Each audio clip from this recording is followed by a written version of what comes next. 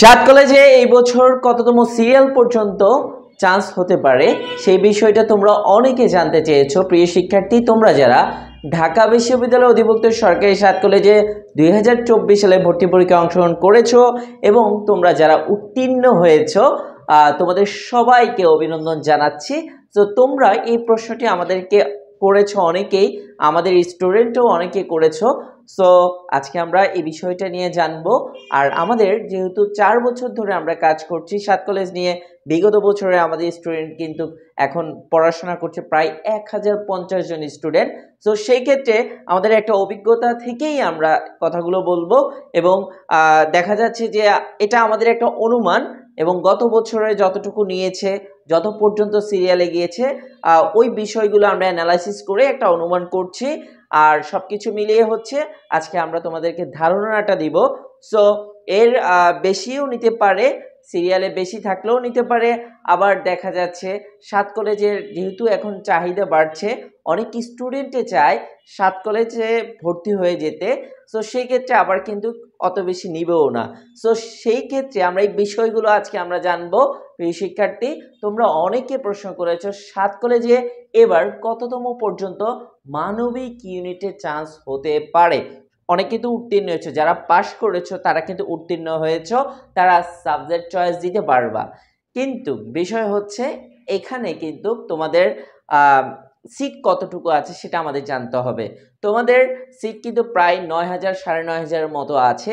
So সেক্ষেত্রে তোমরা যারা 9500 মধ্যে আছো, 1 থেকে 9500 মধ্যে আছো, তোমরা আশা করি প্রথম মেরিট লিস্টেই চান্স পেয়ে যাবা। তোমরা কনফার্ম থাকতে পারো যে তোমাদের চান্সটা হয়ে যাচ্ছে এবং তোমরা যে কোনো সাবজেক্ট পেয়ে যাবা। সো 9500 পর কতটুকু নিতে পারে এই বিষয়টা তোমরা জানতে চাচ্ছিলা। সেই বিষয়টা আমরা জানি যে গত বছরে প্রায় আমাদের 12,000-এর উপরে স্টুডেন্টদেরও কিন্তু নিয়েছিল। সো গত বছর দেখা যাচ্ছে যে যেহেতু 9500 সিট, তোমাদের দেখা যাচ্ছে মেরিট পঞ্চম 5টা দিবে মেবি। সেই ক্ষেত্রে তোমাদের কিন্তু অনেক স্টুডেন্ট নিবে। যদি দেখা যাচ্ছে যে স্টুডেন্ট অনেকে যদি না ভর্তি হয় তখন কিন্তু মেরিট লিস্ট বাড়বে। সো সেই ক্ষেত্রে তোমরা যারা 10,000-এও আছো তোমরা ধরে নিতে পারো তোমরা একটা সাবজেক্ট পেয়ে যাবে আশা করি 10 11 12 10 11 12। সো 9500 থেকে 12,000-এর মধ্যে যারা আছো আশা করি তোমরা শেষ পর্যন্ত মেরিট লিস্টগুলো দেখবা। আশা করি যেহেতু অনেকে সাত কলেজে পড়বে না, অনেকে গুচ্ছতে চলে যাবে, অনেকের বাসা যেহেতু গ্রামে, সেক্ষেত্রে তারা ঢাকায় আসতে চাচ্ছে না। যেহেতু সাত কলেজ ঢাকার মধ্যে, সো অনেকের প্রবলেম থাকতে পারে। সো আমি যেটা মনে করি 12,000 পর্যন্ত যারা আছো তারা ধরে নাও ইনশাল্লাহ তোমাদের একটা সাবজেক্ট আসবে। তবে প্রথম মেরিট লিস্টে নাও আসতে পারে, দ্বিতীয় মেরিট লিস্ট, তৃতীয় মেরিট লিস্ট, চতুর্থ, এরকম তোমাদের অপেক্ষা করতে হবে। পঞ্চম মেরিট লিস্ট পর্যন্ত তোমরা অপেক্ষা করবা। আশা করি তোমাদের একটা সিট হয়ে যেতে পারে। যেহেতু আমাদের গত বছরও আমাদের স্টুডেন্ট 12,000-এর মধ্যে যারা ছিল তারাও কিন্তু সুযোগ পেয়েছে, একটা সাবজেক্ট নিয়ে এখন পড়াশোনা করছে। সো আমি যেটা মনে করি 1 থেকে 12,000-এর মধ্যে যারা আছো আশা করি তোমাদের সিট হয়ে যাবে।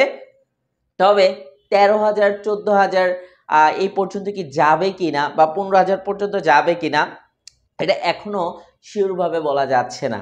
সো সেক্ষেত্রে যেতেও পারে, 13,000 পর্যন্ত যেতেও পারে।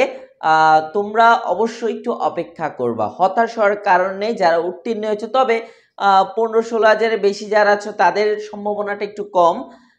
এই বিষয়টা আমরা এখন আরেকটা গুরুত্বপূর্ণ বিষয় আছে।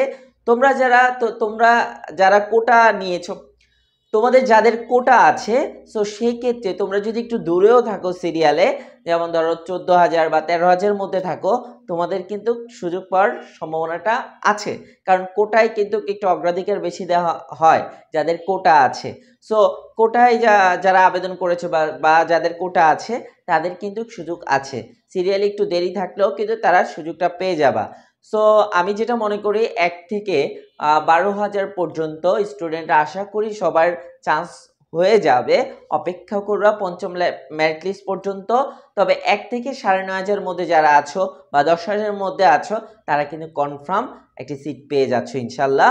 আর যারা 12,000-এর মধ্যে আছো তারাও কিন্তু তাদের সম্ভাবনাটা আছে অনেক বেশি।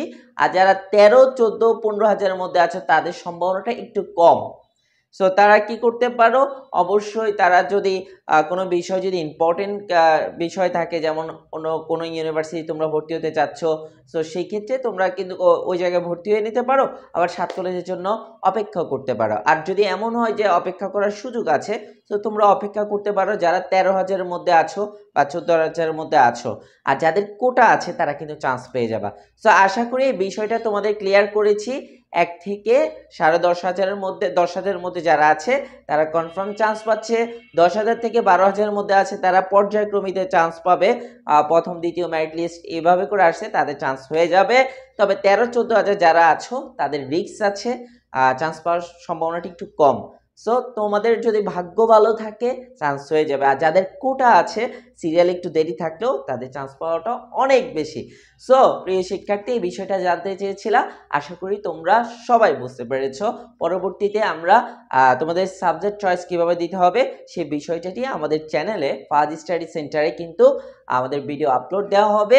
সো সবাই এই ভিডিওটা দেখবা, তাহলে তোমাদের জন্য সুবিধা হবে। সো সবাই ভালো থাকবে আর সুস্থ থাকবে। আজকে এই পর্যন্ত, আল্লাহ হাফেজ।